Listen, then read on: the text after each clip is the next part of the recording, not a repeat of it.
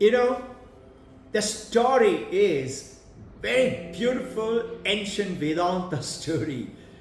There's a man who was walking through the forest, and he walked and trudged along and quite tired.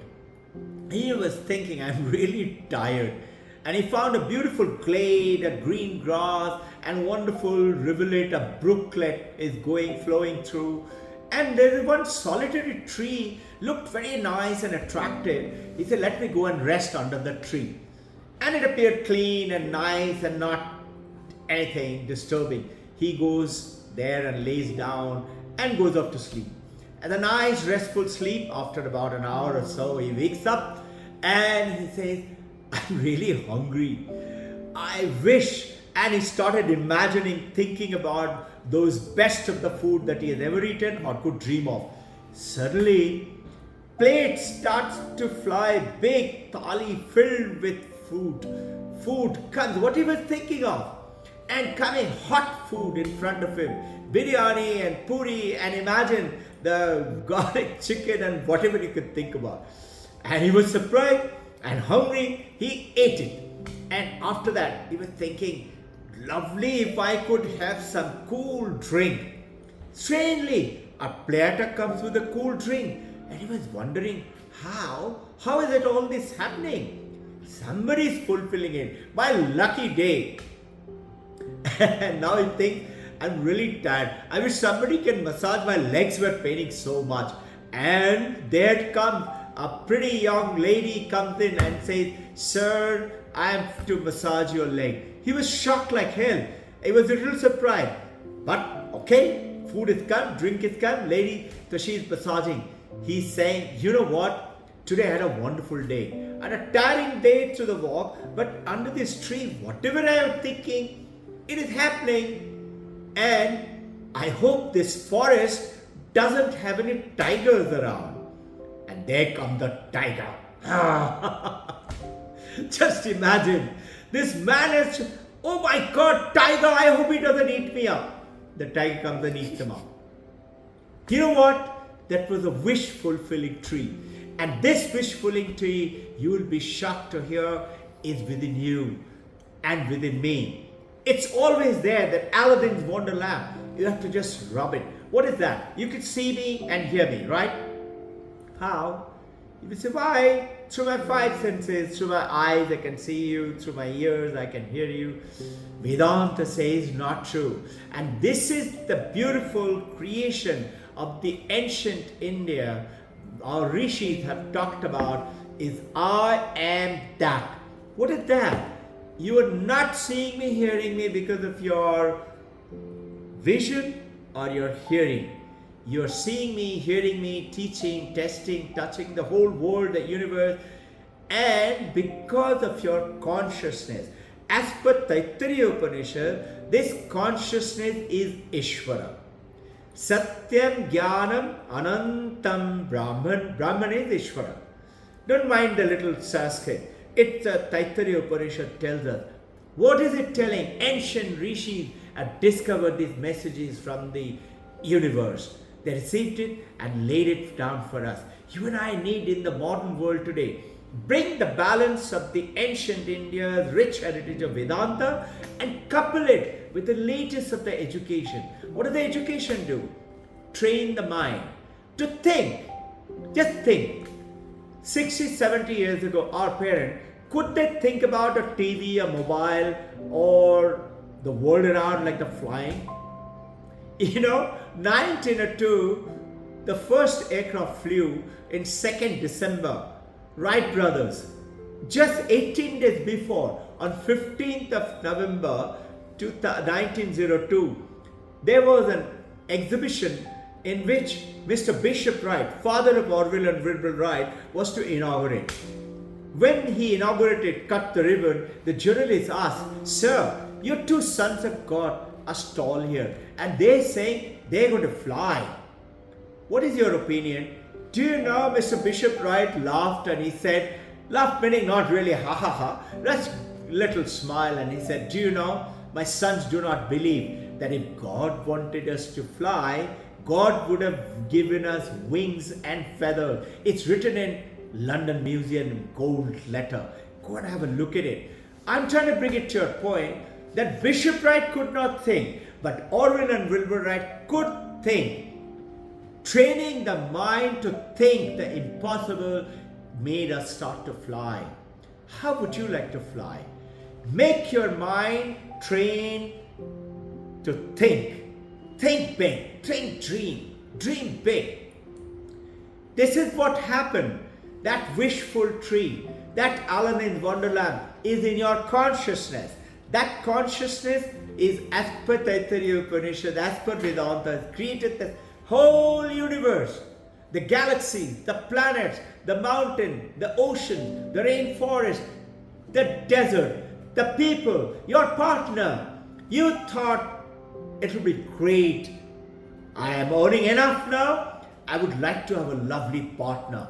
And then you get a partner, a beautiful lady, a handsome gentleman, and you all live thereafter. There are conflicts and things like that, and you think, I think it would be good to have a baby. And then you go ahead and have a baby.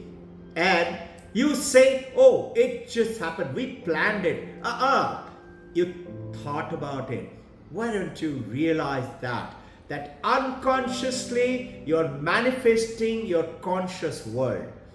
But do it consciously, being aware of your consciousness. It's called awareness. This awareness is guiding the whole universe, and you are doing it not knowing.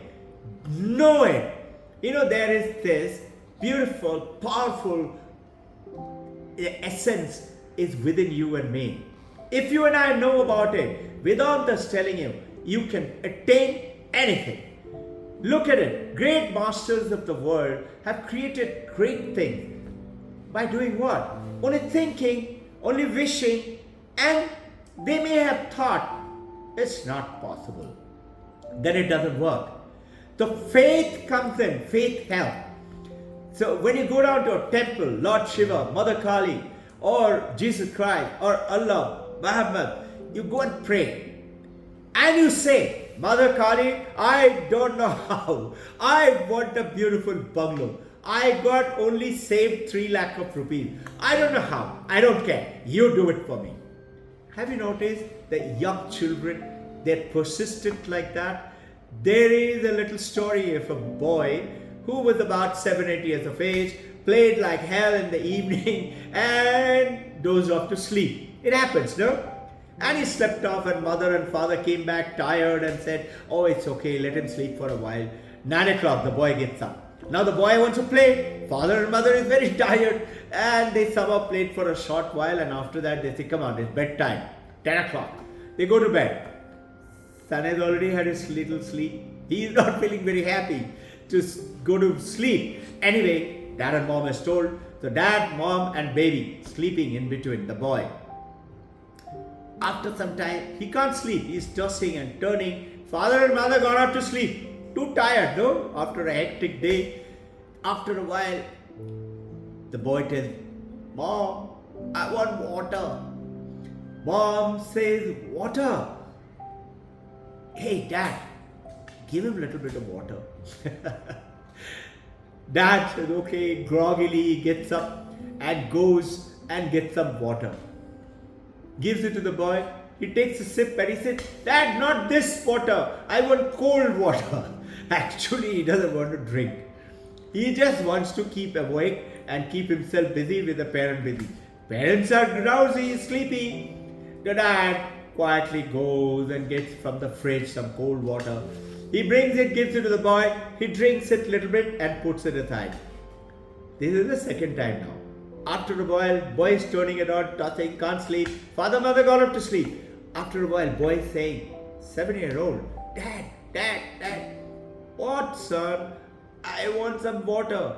He said, I just gave you water. Dad, I want some water. Mom says, go and give him. So dad again goes. Poor dad goes and brings some water. And he takes a sip and puts it. That's it. Aren't you drinking? That's enough. That's it, okay. He goes off to sleep. After a while, again he wakes up. Dad, He said, if you ask for water, I'm not going to go and bring my belt. Son says, Dad, when you go to bring belt, will you bring some water for me? Just see, this is called persistence. Can it ever fail? It will never fail. Persistent like river Mother Ganga. Comes down the mountain, drills a hole through Gomukhi, and comes all the way down to the ocean. Ocean is what? Our dreams, our visions, our aspiration. Whatever you want. You have that wish-fulfilling tree within you. You have that Alice in Wonderland within you. What do you have to do? Very simple. Education meaning training the mind to think big. Swami Vivekananda, in this book on education, he writes, education, at the first para, first line, is the manifestation of the perfection already within. What is that perfection? That consciousness. As per Taittiriya Upanishad, remember? Taittiriya Upanishad says that consciousness is Ishvara. You say no, God is everywhere. God is in everyone. How? That consciousness. You have a different body. You have a different mind. You have a different name, form, function. That everybody. Then you and me, we are separate. What is separate? Only the mind, brain, body, name, function. But one thing is common. What is that? That is that consciousness. Everybody is conscious. That consciousness is Ishvara, is God, has created this universe. Why can't it create a little dream for you? And it has done. For you, you look at whatever you've achieved till today in your life, you had thought about it. Whether to get a great marks in your education, you worked hard, or get a Wimbledon, or played for an India team, or whatever, you dreamt and you worked for it. You kept a goal. You set your goal and you worked for it intensely, persevered, just like the boy. Didn't give up, persistent, and in this, one catch comes in. It works 100% without one failure. What is that? Tell me. This is what it means in Mondaka Upanishad. And from here, this is the Upanishad which created Ashok Stamba of our India, where it says, Satyameva Jayate, truth alone will win. It's from this Upanishad. Truth alone. So what is that little catch? Establish truth, purity. Even in a joke from today, if you want your dreams to manifest, work either for your child or for yourself, or you are a student, work with methodical purity, academic honesty, and just watch how your dreams and visions will come true into reality. And it is all within you. Who has the key? You do. Did you have fun? Come, watch me for more.